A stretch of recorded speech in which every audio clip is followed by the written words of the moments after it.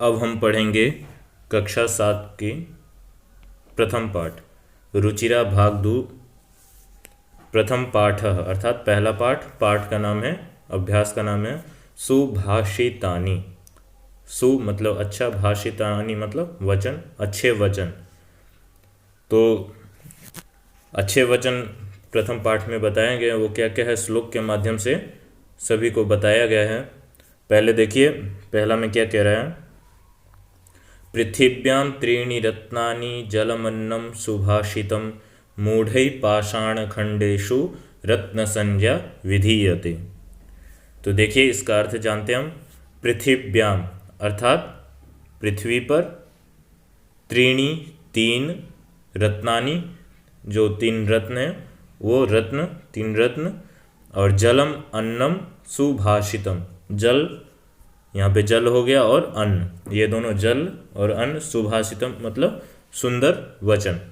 फिर है मूढ़ ही अर्थात मूर्खों के द्वारा, पाषाण खंडेसु अर्थात क्या हो जाएगा, पत्थर के टुकड़ों में, पत्थरों के टुकड़ों में हो जाएगा। फिर है रत्न संज्ञा, ये क्या है, रत्नों का नाम, जो रत्न है उन सब के संज्ञा जिसको बोलते हैं नाम है। फिर है विधीयते, विधीयते मतलब दिया जाता है।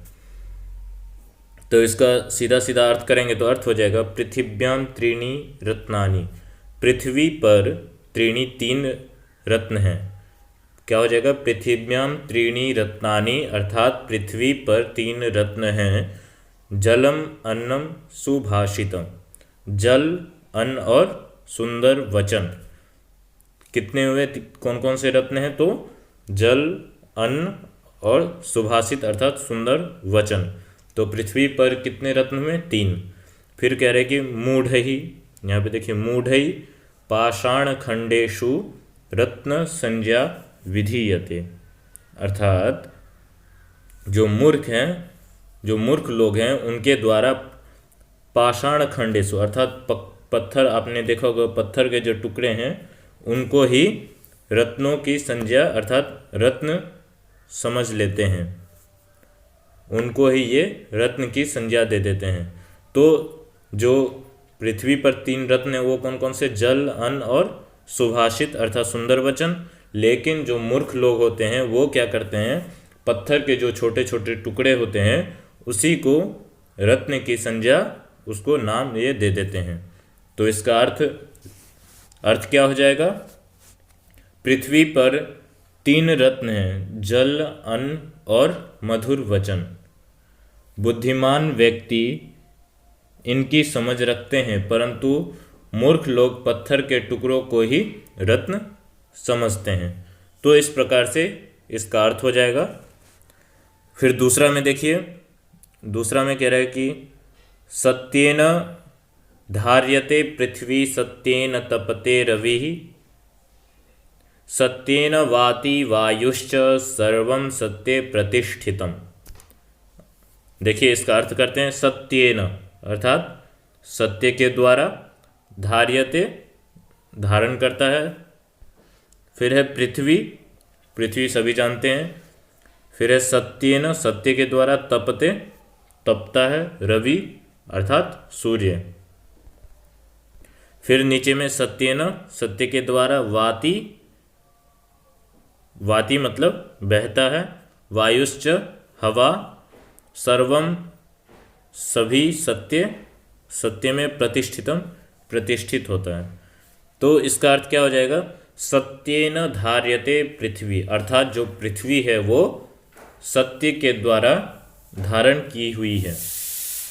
फिर है सत्येन तपते रविः अर्थात सत्य के द्वारा ही जो सूर्य है, सूर्य सत्य के द्वारा तपा हुआ है। तो क्या हो जाएगा, रवि ही सत्येन तपते, जो सूर्य है वो सत्य के द्वारा तपता है। फिर सत्येन वाति वायुश्च, और जो हवा है वो सत्य के द्वारा बहती है। फिर है सर्वम सत्य प्रतिष्ठितम अर्थात जो सभी चीज़ें वो सत्य में स्थित हैं।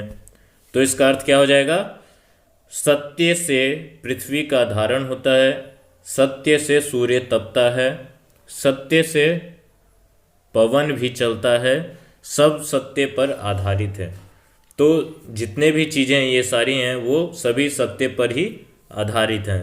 तो ये सुंदर वचन श्लोक के द्वारा बताया गया है। अब हम अगला देखते हैं। तीसरा नंबर में देखिए, तीसरा में दिया हुआ है दाने तपसी शौर्ये च विज्ञाने विनये नये विस्मयो न हि कर्तव्यो बहुरत्ना वसुंधरा। दाने, दाने अर्थात दान में, जो दान देते हैं वही, उस दान में, तपसी तप में, फिर है शौर्यम शौर्य, शौर्य में, च और विज्ञाने, विज्ञान में या विशेष ज्ञान में, फिर है विनये, विनम्रता में, नये, नये का मतलब नीति में, विस्मयो न ही कर्तव्य, अर्थात विस्मय बोलते हैं आश्चर्य को, नहीं कर्तव्य, नहीं करना चाहिए, बहुरत्ना अर्थात जो अनेक रत्नों वाली वसुंधरा पृथ्वी। तो इसका अर्थ हम करेंगे तो क्या हो जाएगा, दाने तपसी शौर्ये च, अर्थात दान में और तपस्या में, शौर्य अर्थात बल में, विज्ञाने विनये नये और विशेष ज्ञान में, विनम्रता में, नीति में, विस्मयो नहीं कर्तव्य अर्थात आश्चर्य नहीं करना चाहिए, बहुरत्ना वसुंधरा, क्योंकि जो पृथ्वी है वो बहुत रत्नों वाली है। तो इसका अर्थ जो होगा वो क्या लिखेंगे हम, तो संसार में एक से एक बढ़कर दानवीर, तपस्वी, वीर, उपासक और बुद्धिमान भरे हुए हैं। इसलिए मनुष्य को अपनी दानवीरता, तप, साहस, विज्ञान, विनम्रता और नीति निपुणता पर कभी अहंकार नहीं करना चाहिए। निश्चय ही पृथ्वी अनेक रत्नों वाली है।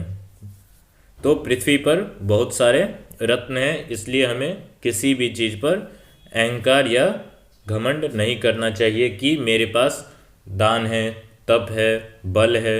इस प्रकार से हमें अहंकार नहीं करना चाहिए। फिर अब अगला पर चलते हैं। चौथा नंबर में देखिए, सद्भिरेव सहासीत सद्भिः कुर्वीत संगतिम सद्भिर्विवादम मैत्रीम च नासद्भिः किंचित आचरेत। सद्भि एव सह आसीत, अर्थात सद्भि बोलते हैं सज्जन लोगों को, उसको बोलते हैं सद्भि सज्जन लोगों के द्वारा सह आसीत, अर्थात सह मतलब साथ, आसीत मतलब बैठना चाहिए। फिर है सद्भि कुर्वीत संगति, सज्जनों के द्वारा हमें संगति करनी चाहिए।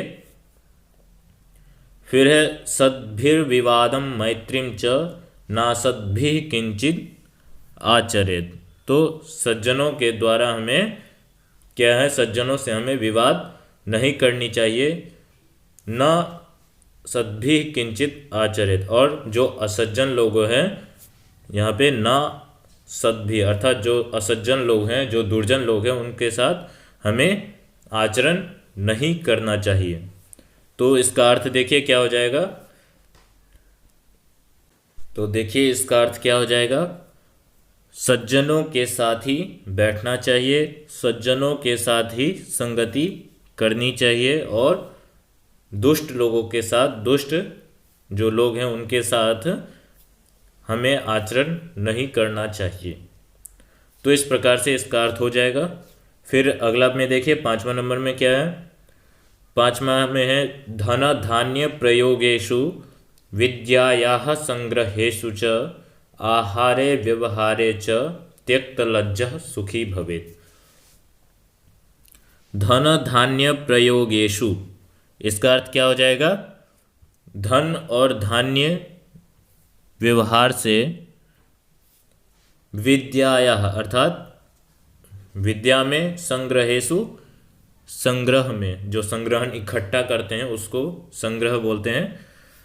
फिर आहारे व्यवहारे च, आहार जो हमारा खान पान जिसको बोलते हैं उसी को आहार बोलते हैं, खाने पीने में, व्यवहारे व्यवहार करने में, त्यक्त लज्ज अर्थात त्यक्त मतलब छोड़ देना, लज्जा किसको, जो शर्म होता है उसको छोड़ना, सुखी भवेत् सुख होवे। तो क्या हो जाएगा, धन धान्य प्रयोगेषु विद्यायाः संग्रहेषु च, अर्थात धन और धान्य व्यवहार में, विद्या में और संग्रह करने में, आहारे व्यवहार और आहार में व्यवहार में, आहार मतलब खाने पीने में, त्यक्त लज्जा सुखी भवेत्, हमें किसको छोड़ देना चाहिए, तो लज्जा को छोड़ देना चाहिए। तो लज्जा को छोड़ेंगे तब हम सुखी भवेत् सुखी सुख होंगे। तो इसका अर्थ क्या हो जाएगा, अर्थ हो जाएगा धन संबंधी कार्यों में, विद्या ग्रहण करने में, आहार व्यवहार में शर्म का त्याग करने पर सुख प्राप्त होता है। ठीक है, उसके बाद अब चलते हैं अगला में। अगला में है 6ठा नंबर में, देखिए क्षमा वशीकृतिर्लोके क्षमया किम न साध्यते शांतिर्खड्गः करे यस्य किम करिष्यति दुर्जनः।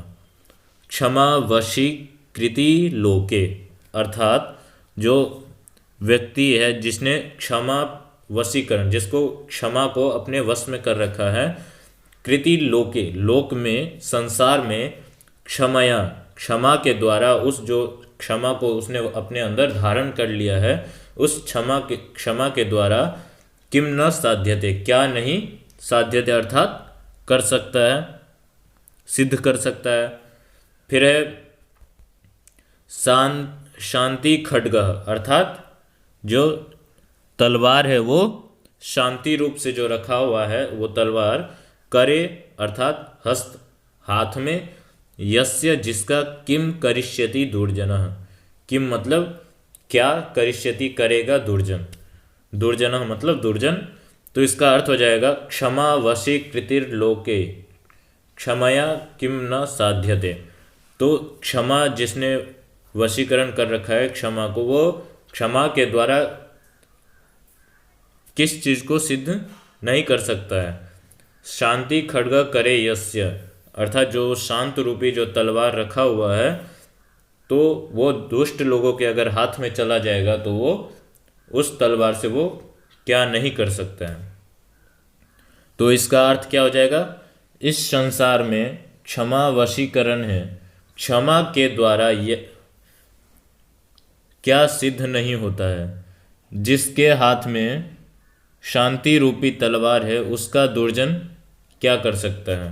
तो जो वो तलवार जो है वो शांति रूपी अगर तलवार है तो जो दुर्जन है वो उसके साथ कुछ भी नहीं कर सकता है। तो इस प्रकार से हम सभी का अर्थ जान चुके हैं। अब इसके हम शब्दार्थ पर चलते हैं। शब्दार्थ है पृथिव्याम धरती पर सुभाषितम सुंदर वचन मूढ़ै मूर्खों के द्वारा। तो ये लगभग बहुत सारे शब्दार्थ दिए हुए हैं, तो सभी को स्मरण कर लेंगे। शब्दार्थ स्मरण रहेगा तो हमें अर्थ जानने में भी आसानी होती है। फिर अब हम अभ्यास जो है वो अगले वीडियो में बनाएंगे, तो आप अगले में देखिएगा। अभी इतना ही रखते हैं।